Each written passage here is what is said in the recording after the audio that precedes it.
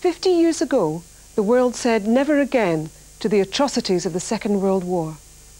It declared that all human beings, wherever they live and whoever they are, have rights that must be respected in all circumstances. These were set out in the Universal Declaration of Human Rights proclaimed by the United Nations on the 10th of December 1948. They remain absolutely fundamental to everyone's well-being, yet governments worldwide treat these rights with contempt. The Chinese government has one of the worst records for the violation of human rights, including in Tibet. One man who can testify personally to that record of abuse is the monk Palden Gyatso. He spent 33 years in prison, during which time he endured brutal interrogations and assaults. On his release, he wrote a book about his captivity. I met him at the house of Tsering Shakya, his collaborator on the book. I wanted to know how he survived all those years in such appalling conditions.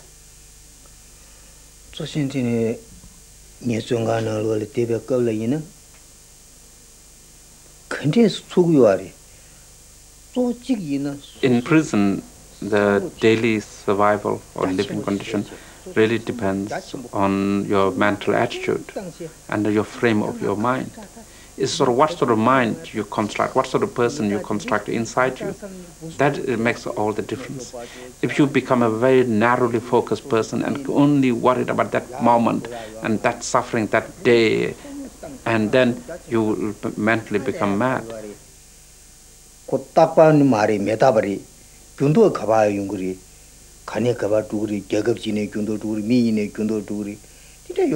In Buddhism, nothing is permanent, everything changes. So that is a very important philosophical thing, even in daily life, to sense that there cannot be a permanent state of affair and the change will come. And so it's really up to individual prisoner what sort of mental attitude they adopt in the prison.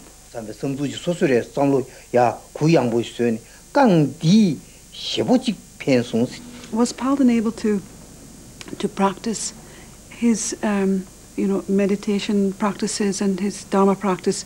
Was he allowed to do any of those, or did he somehow have to devise a kind of secret way of doing that? Even if your lips move, and they will accuse you of reciting prayer, and you could be punished. It's illegal to possess any religious objects like a rosary, and if you do that, you will be immediately punished.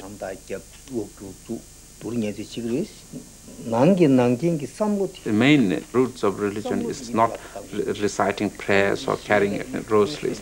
The main fundamental of Buddhism is what's inside you, how you train yourself mentally, and the mind can't be imprisoned. When I was being tortured, I realized that this oppressive Chinese regime would not listen to my plea to stop the torture. But what I can do at that time is not to plead for mercy, but to develop and concentrate on my meditation to reflect that pain. This footage was secretly filmed and shows Tibetan prison laborers at work on a construction site. Many of these prisoners would have faced torture during interrogation. When he escaped, Palden was able to bring some disturbing evidence of this. Even I myself were to list all the torture and treatment I received, it would be also endless. Just to give you one example of equipments and torture is the use of electric shock batons in prisons in Tibet.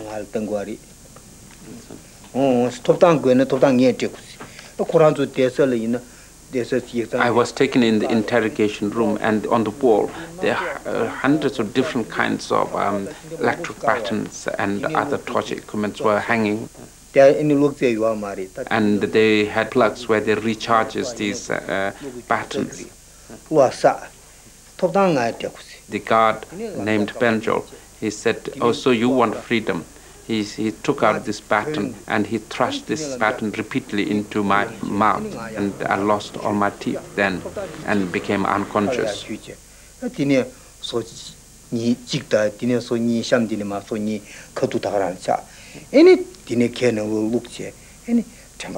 In prison, Chinese will always make sure that a Tibetan guard carries out the torture or whatever bad things that they have to do. They will make sure it will be a Tibetan guard who carries this out.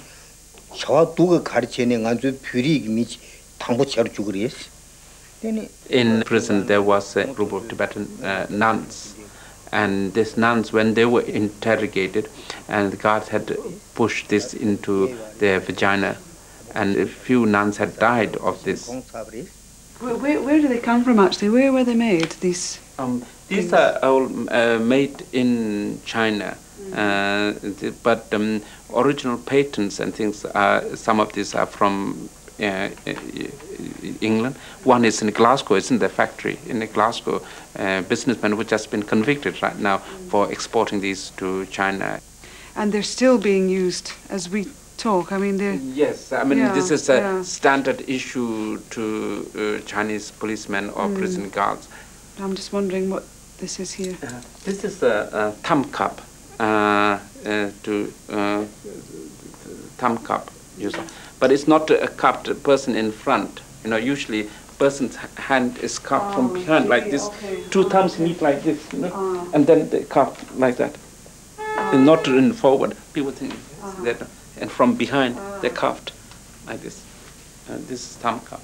It tightens on your around your bone and skin. And if you're trying to take it off, struggle, it will tighten. Okay. So you have to be very still. Yeah.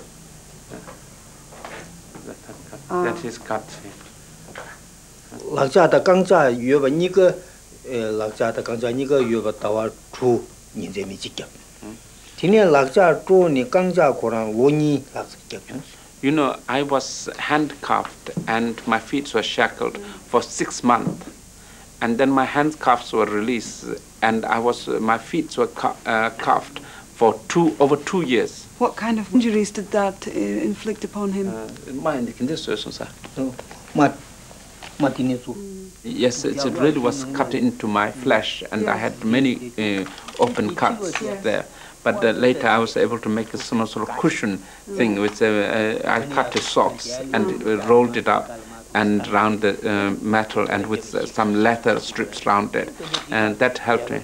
But even when I was shackled, my feet were shackled, I still had to work. What kind of work can you possibly do when you're shackled?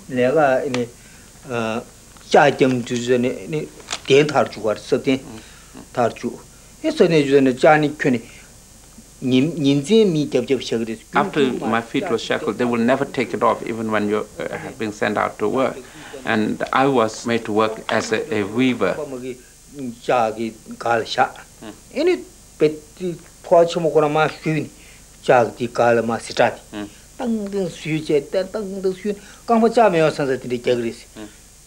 The weaver normally sits cross-legged, and then I couldn't sit cross-legged, and we have to dig a hole in the ground and then put my feet in that hole and work that.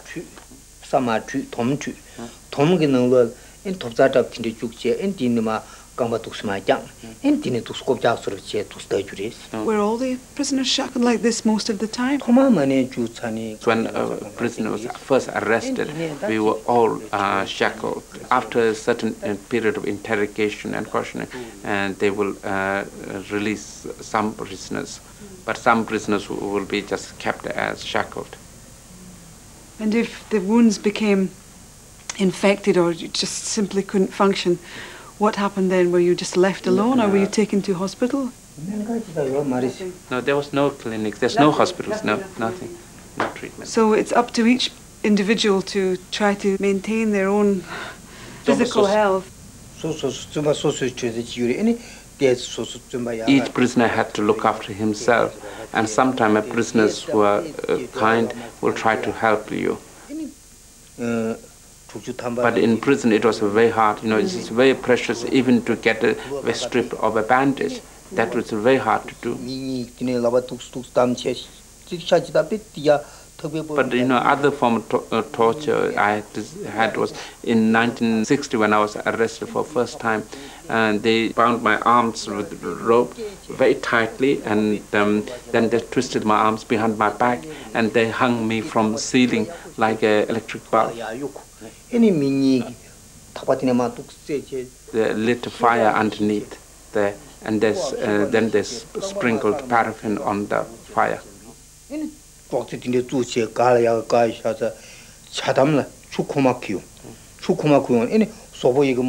of the worst treatment or torture I had at that time was one time when I was being hung from the ceiling. A guard got up on a table and he emptied a thermos full of hot water slowly on my body, and whole my skin peeled. And a few days later I had to go to work and carrying the stones, and all the clothes stuck onto my skin.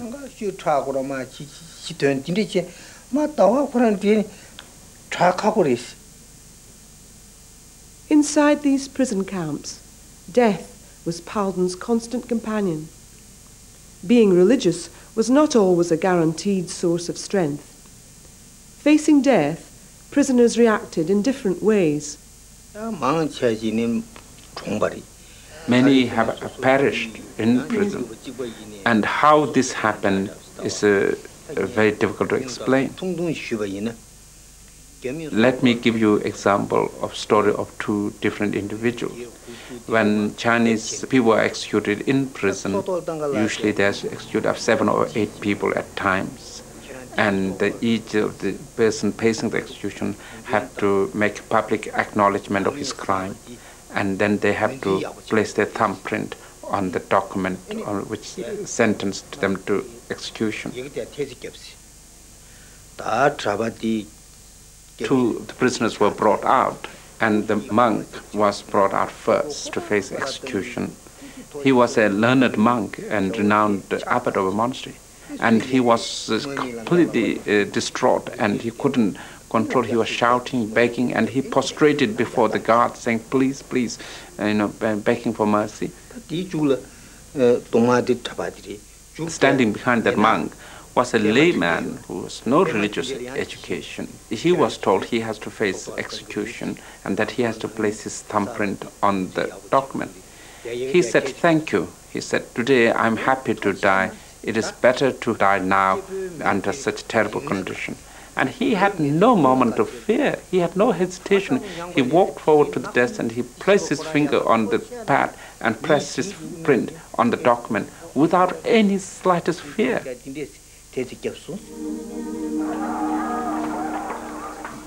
In spite of the oppression, the Tibetan people continue to resist. In 1989, there was a major revolt in Lhasa, and the Chinese authorities declared martial law, which lasted for over a year.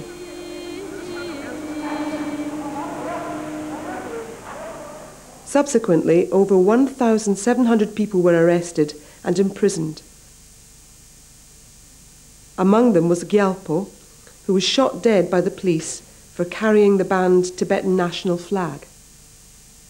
Lobsang Tenzin was a young student from Tibet University who shared a cell with Palden Gyatso in Drapchi prison after being sentenced to life imprisonment for his involvement in the independence demonstration. Nawan Shopel, born in exile, went on to win a Fulbright scholarship to study in America. In 1995, he went to Tibet to record the fading tradition of folk songs and dances.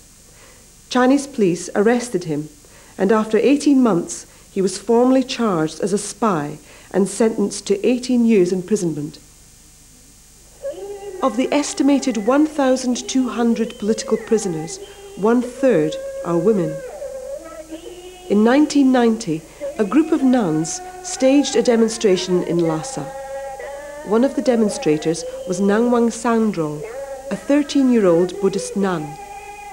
She was arrested and sentenced to 3 years' imprisonment. While in prison, she and other nuns secretly recorded this pro-independence song. Subsequently, her sentence was increased to 18 years. Palden Gyatso is free now, but there are still hundreds of other political prisoners like him in Tibet experiencing the same appalling conditions. In 1984, I was adopted as prisoner by Amnesty International, and they started a letter-writing campaign. And while I was in solitary confinement ward, the Chinese put a newspaper through the open window, and in there it said that the Tibetans had demonstrated in New Delhi for my release.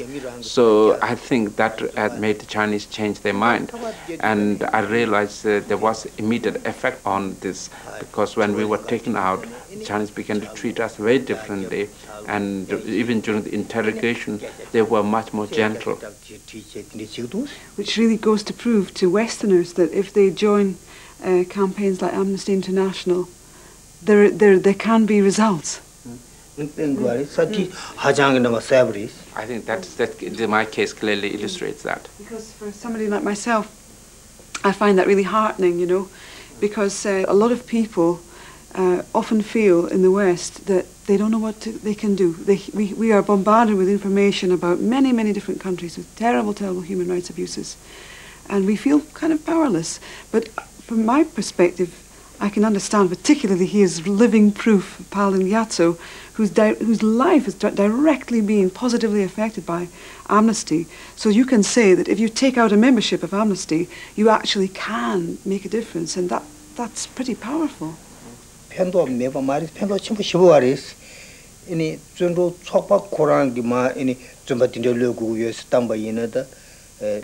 It's, of course, it's very powerful, even an organization like Amnesty writing officially as an organization, but for even individual writing, it makes a lot of difference. You know, the Chinese authorities, the prison authorities, also will keep every single letter and they will pile it up and see how much support there is from the outside or what people are aware of the situation, and that will make them more conscious of what they're doing. The Chinese marched into Tibet with promises of reform and material prosperity for the masses. They blamed the economic backwardness on Tibet's feudal culture. After 40 years of Chinese rule, Tibetan people continue to live in abject poverty. I spoke with one Tibetan official, and he said his fear for the Tibetan people was that time is running out, and that one day he can envisage Tibetan people corralled on reservations in their own country, like the indigenous American Indian. I'm far more optimistic and hopeful about the future than the Tibetan who you met, because the hope comes from many different sources, from the outside events. But inside Tibet, I think most Tibetans, almost including many Chinese, is that they see the Communist Party or the rulers in China are rotting inside, and it's just a matter of time until that collapses. The world is changing, and when I was in prison, and they used to say that the communism is spreading to every corner of the world. And now where are these countries? They all have changed. They all are now have democratic institutions. And it's only China is that now standing as sort of a socialist country. And the people in Tibet are aware of this. In 1983, I was released briefly, and that allowed me to visit my old monastery, which was in ruins. And that sight of the ruins of the monastery really deeply saddened me. I just had sadness sort of descending into the whole of my body. Later, in '92, when I was released and I visited the monastery, I was surrounded by the Chinese policemen and soldiers who were guarding the monastery. They made me very sad. Just to travel outside the surroundings of Lhasa, people had to carry their identity cards, and that will be you will be stopped and searched all the time, and they will check your identity. And if you are not carrying your cards, you could be arrested or imprisoned. The prison that he escaped from is coming into sort of certain kind of conditions outside that are similar to prison.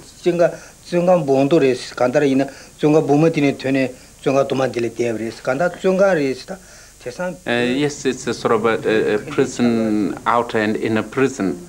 And today Tibet is prison for Tibetans, and it's a pleasure ground for the Chinese troops. Once he was outside, was he a threat then? Did he feel that he could easily be taken back in again? I was followed when I was released, and I was watched all the time. I knew that any slightest infringement or something what happened, I would be arrested and sent back to the prison.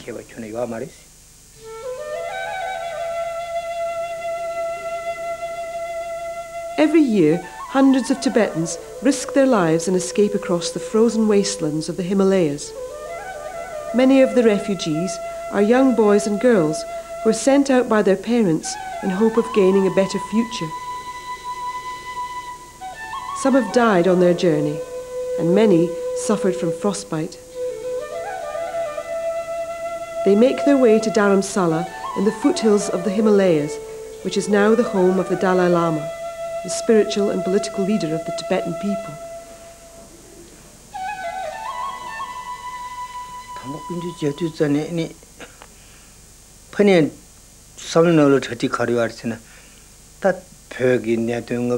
When I left Tibet, I was really very strong-minded that I was going to see His Holiness Dalai Lama, and had desired that I was going to be able to tell His Holiness about all the things that are happening in Tibet, and tell the names of people who have perished in the prison system.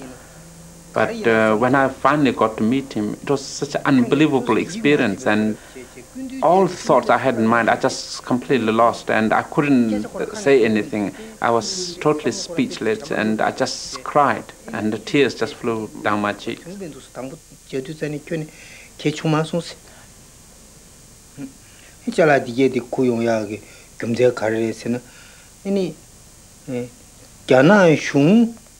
You know, one of my reasons why I escaped and why I brought these equipments, and is to be able to be sort of a witness to what's happening.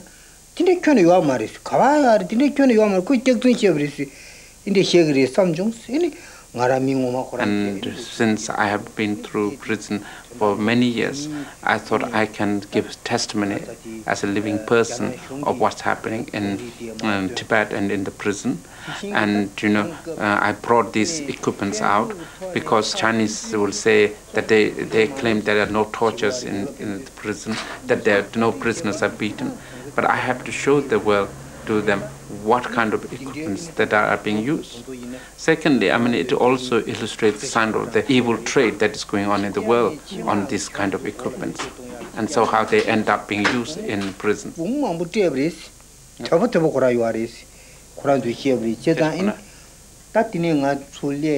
I feel now as of some sense of accomplishment, because when His Holiness, I met His Holiness Dalai Lama, he said I must write down my story. And in 1995, I know I had, as just being a refugee, I had no means of writing, let alone writing book in English into Tibetan.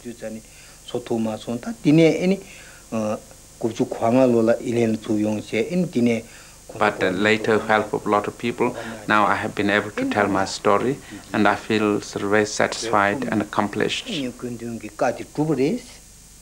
The oppressive Chinese power holders want you to command and say things that which are not true. You know, the Communist Party cannot command the sun rise from the west. No power, however the powerful Communist Party may be, it cannot make the sun rise from the west.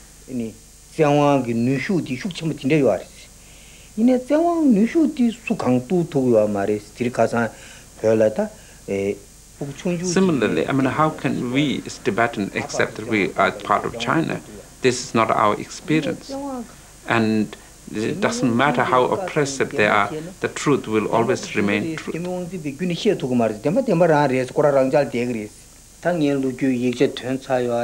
Now, my story is published, and the Chinese embassy here or Chinese government can read it. And if they want to confront me face to face and dispute any of the stories I tell, I will welcome that.